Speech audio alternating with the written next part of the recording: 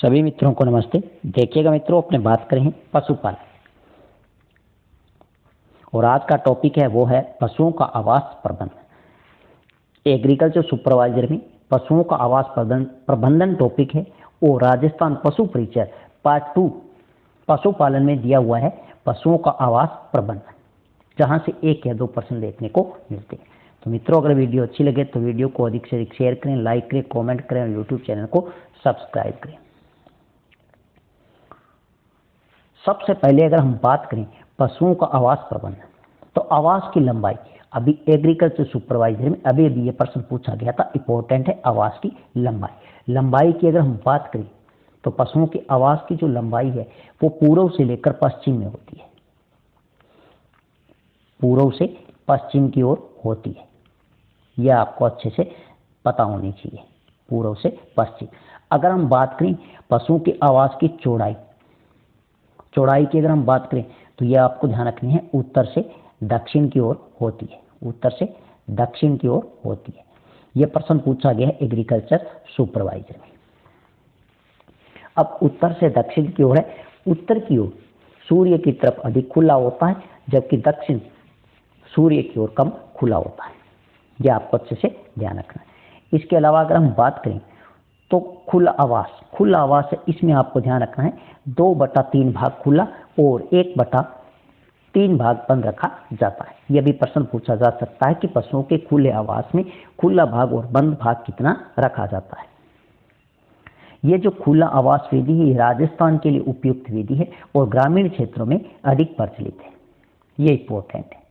अगर हम बात करें बंद आवास विधि, यह शहरी क्षेत्रों में अधिक प्रचलित है और यह कितने प्रकार की होती है तो 2 प्रकार की होती है। द्विपंक्ति विधि, इसमें क्या होता है 80 से 100 पशुओं तक रखा जाता है, जबकि एकल पंक्ति विधि है बंद में, तो इसमें 8 से 10 पशुओं को रखा जाता है। अब अगर हम बात करें यह द्विपंक्ति विधि है, इसके अलावा यह अपने कितने प्रकार के 2 प्रकार की है। एक तो होती है मुंह से मुंह विधि बंदवास में। इससे क्या होता है श्वास रोग अधिक होने की संभावना होती है, मतलब श्वास से संबंधित जितने भी रोग हैं वो मुंह से मुंह विधि है। एक पशु को 2 पशु होते हैं, दोनों पशुओं को आपस में एक तरफ मुंह कर दिया जाता है, तो इससे क्या हो जाता है श्वास संबंधी रोग होने की अधिक संभावना रहती है। तो यह अच्छी विधि नहीं है। दूसरी विधि है पूंछ से पूंछ विधि। यह सबसे उपयुक्त विधि है, क्योंकि यहाँ पर श्वास से संबंधित कोई रोग होने की संभावना नहीं रहती है। इसके अलावा पूछा जा सकता है गाय भैंस ऊंट का जो आवास होता है वो क्या कहलाता है, जो घर होता है वो शेड कहलाता है। तो यह आपको इंपॉर्टेंट है, ध्यान रखना है। भेड़ और बकरी का जो घर होता है उसको क्या कहते हैं, पेन कहते हैं। घोड़े का जो आवास है इसको स्टेबल या अस्तबल कहा जाता है। सुअर का जो घर या आवास होता है उसे स्टे कहते हैं और मुर्गियों का जो आवास है उसे रेन बसेरा या अहाता कहते हैं। इसके अलावा आपको ध्यान रखना है बीमार पशुओं को रखने का जो स्थान है उसे कहते हैं आइसोलेशन। उसे क्या कहते हैं, आइसोलेशन।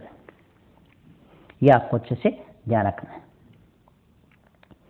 नेक्स्ट अगर हम बात करें तो यहां से सीधा सीधा प्रश्न पूछा जा सकता है पशुओं का आवास, इसमें खुला स्थान और बंद स्थान, यहां से भी प्रश्न पूछे जाने की पूरी संभावना है।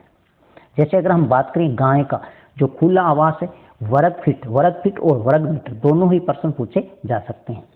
तो गाय में जो खुला आवास है उसमें अगर हम बात करें वर्ग फीट में तो वो है 80 से 100 वर्ग फीट, और वर्ग मीटर में बात करें तो 7.4 से 9.4 वर्ग मीटर है। बंद में अगर हम बात करें तो 20 से 30 वर्ग फीट है और 1.8 से 2.7 वर्ग मीटर स्थान की आवश्यकता होती है।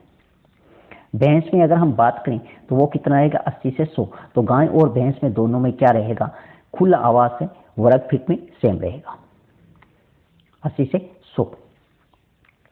बंद है वो आपको अच्छे से ध्यान रखना है। गाय में कितना था 20 से 30 वर्ग फीट है, जबकि भैंस में कितना है 25 से 35 वर्ग फीट है। यह आपको अच्छे से ध्यान रखना है। वर्ग मीटर में अगर हम बात करें 2.3 से 3.2 वर्ग मीटर है। अब एक होती है ग्याबीन गाय है, इसमें कितना स्थान होना चाहिए 180 से 200 वर्ग फीट, या फिर अपने कह सकते हैं 16.7 से 18.5 वर्ग मीटर। बंद में 100 से 120 वर्ग फीट है और 9.2 से 11.1 वर्ग मीटर है। अगर हम बात करें सांड की नर पशु की बात करें तो वो कितना है, 200 से 250 वर्ग फीट है और 18.5 से 23.2 वर्ग मीटर है। बंद में अगर हम बात करें 120 से 140 वर्ग फीट और वर्ग मीटर में अगर हम बात करें तो 111.1 से 13 वर्ग मीटर। गाय और भैंस बढ़वार तक 50 से 60 वर्ग फीट और 4.6 से 5.5 वर्ग मीटर खुले स्थान की आवश्यकता, जबकि बंद स्थान है वो कितना है, 15 से 20 वर्ग फीट और 1.3 से 1.8 वर्ग मीटर। इसके अलावा अगर हम बात करें भेड़ बकरी के लिए तो खुला आवास है वो कितना रहेगा, 12 से 16 वर्ग फीट, या अपने कह सकते हैं 1.1 से 1.4 वर्ग मीटर। गर्भित भेड़ बकरी है उनमें स्थान कितना चाहिए, 20 वर्ग फीट या फिर अपने कह सकते हैं 1.8 वर्ग मीटर। ऊंट में अगर हम बात करें तो वो कितना रहेगा, 70 से 100 वर्ग फीट, या अपने कह सकते हैं 6.5 से 9.2 वर्ग मीटर। यह थी मित्रों आज की अपनी छोटी सी क्लास, जहां से 1 या 2 प्रश्न पूछे जाने की पूरी संभावना रहती है। नेक्स्ट मिलते हैं एक नए शानदार वीडियो के साथ में, तब तक के लिए धन्यवाद।